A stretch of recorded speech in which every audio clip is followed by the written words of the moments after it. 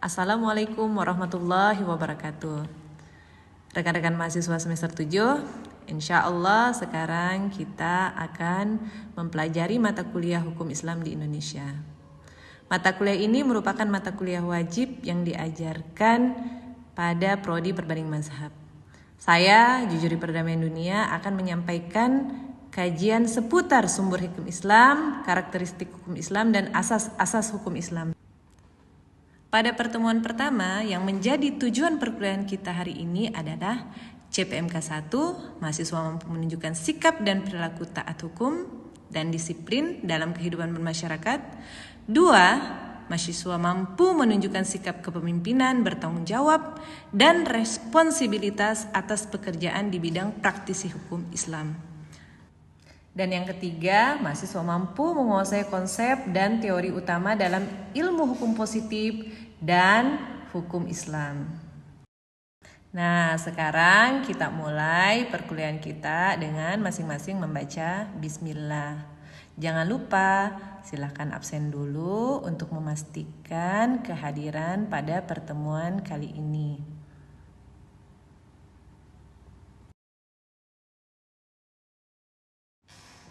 Tahukah Anda apa itu sumber hukum Islam? Ya, sumber itu asal.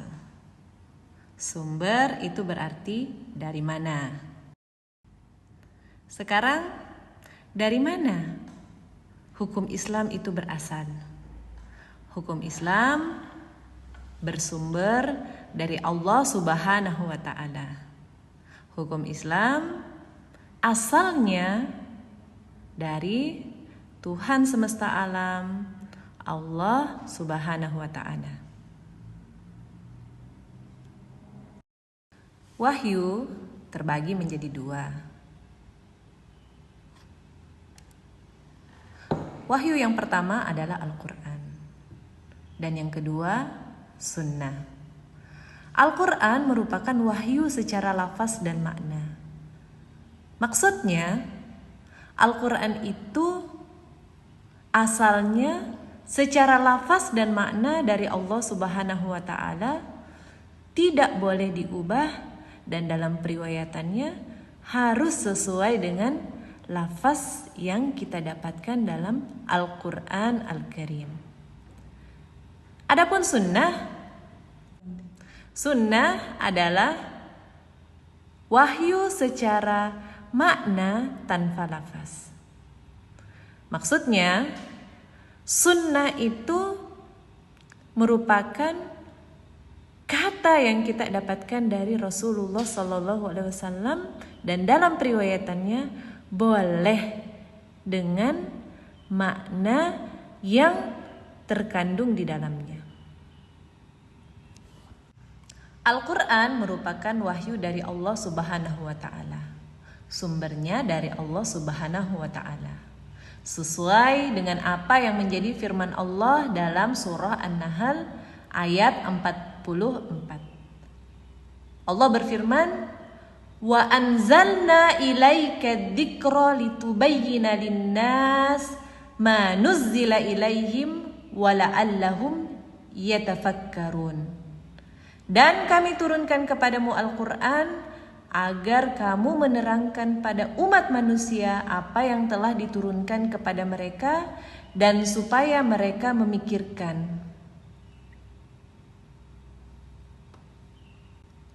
Yang kedua, As-Sunnah. As-Sunnah merupakan wahyu dari Allah Subhanahu wa Ta'ala. Ini berdasarkan ayat yang ada dalam Al-Quran yang berbunyi, "Wa ma yantiqu anil hawa in huwa illa wahyun yuha." Dan tidaklah yang diucapkan Muhammad itu karena menurut keinginannya, akan tetapi ia adalah wahyu yang diwahyukan kepadanya Muhammad.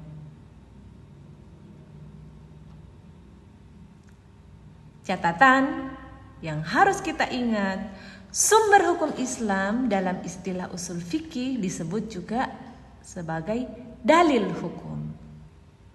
Dalil hukum terbagi menjadi 2, Yang pertama, dalil hukum yang disepakati oleh para ulama. Itu ada 4. Dan yang kedua, dalil yang diperselisihkan oleh para ulama, dan itu ada 6. Dalil hukum yang disepakati. Pertama, Al-Quran. 2, Sunnah. 3, Ijma'. 4, Qiyas. Dalil hukum yang diperselisihkan ada 6. Pertama, urf. Kedua, istihsan. Ketiga, maslahah mursalah. Keempat, fatwa sahabat. Kelima, hilah syariah. Dan yang keenam, af'al ahli Madinah.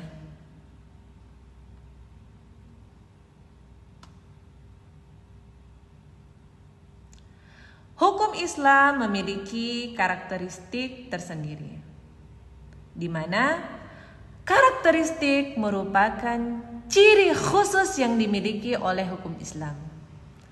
Apa saja yang menjadi karakteristik hukum Islam? 1, karakteristik ilahiyah. 2, karakteristik konsistensi. 3, karakteristik kesempurnaan. 4, karakteristik keabadian. Dan yang kelima, karakteristik fleksibilitas. Apa yang dimaksud karakter ilahiyah? Ilahiyah artinya Al-Quran yang menjadi wahyu, itu adalah karakter dari hukum Islam. Hukum Islam bersumber dari Allah Subhanahu wa Ta'ala. Inilah yang dikatakan ilahiyah.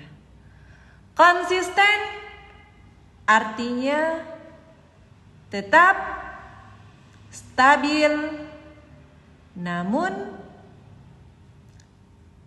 bukan berarti labil. Karakter kesempurnaan artinya tidak butuh tambahan. Karakter keabadian akan selalu terjaga hingga akhir kiamat. Karakter fleksibilitas artinya bisa menyesuaikan Al-Quran sebagai sumber hukum Islam, merupakan karakter hukum Islam yang bisa menjadi panduan setiap zaman dan pada kondisi tempat dimanapun hukum Islam itu berada.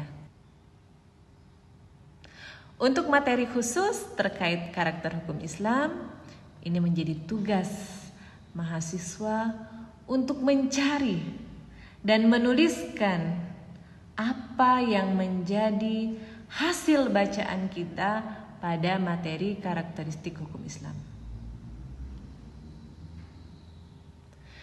3, asas hukum Islam.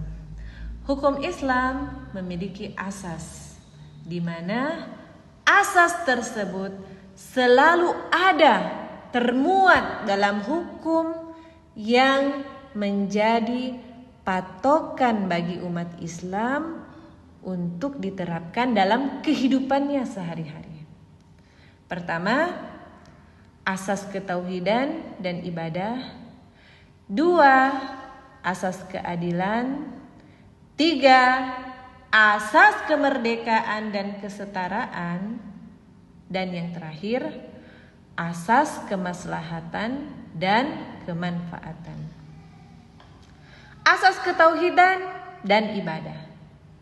Dalam melaksanakan ibadah, seorang muslim harus memperhatikan penghambaan yang lurus kepada Allah Subhanahu wa Ta'ala. Ibadah dalam hukum Islam adalah bentuk pengesaan Allah Subhanahu wa Ta'ala dalam praktek hamba kepada Tuhannya. Maka dalam beribadah kepada Allah Seorang muslim harus meyakini bahwasannya peribadahannya diperuntukkan oleh Allah Subhanahu wa ta'ala semata. Asas keadilan yang kedua ini terkandung dalam hukum Islam, di mana yang menjadi hukum Islam mengedepankan keadilan untuk seluruh makhluk. Islam tidak membeda-bedakan antara hamba yang satu dan hamba yang lainnya. Akan tetapi, orang-orang yang beriman, baik laki-laki maupun perempuan, yang beramal saleh akan diberikan ganjaran pahala yang sama, dan itu merupakan hak Allah untuk memberikan ganjaran pahalanya.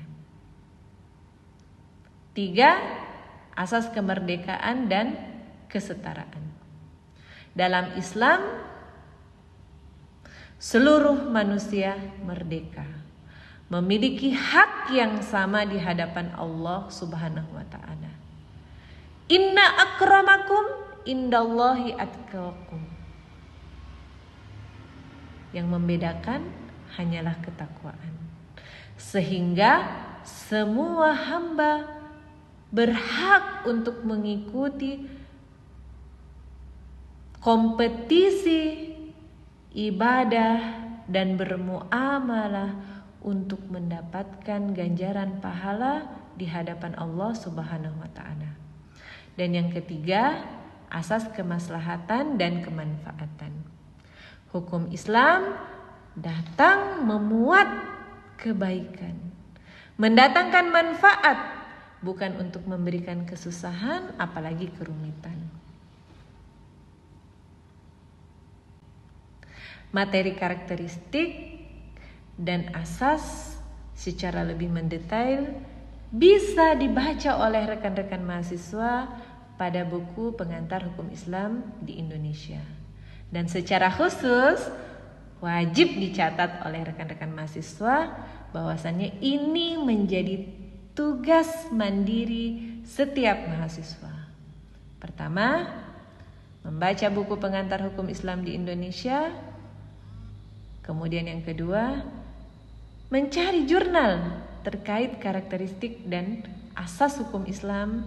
Dan yang terakhir, referensi dari kitab klasik maupun kitab kontemporer yang membahas tentang karakteristik dan asas hukum Islam. Selamat mengerjakan tugas mandiri. Sampai jumpa pada pertemuan selanjutnya. Kita akhiri. Terima kasih rekan-rekan mahasiswa. Semoga Allah memberikan keberkahan untuk kita semua. Kita tutup masing-masing dengan membaca doa dan memohon keberkahan dari Allah Subhanahu wa ta'ala. Assalamualaikum warahmatullahi wabarakatuh.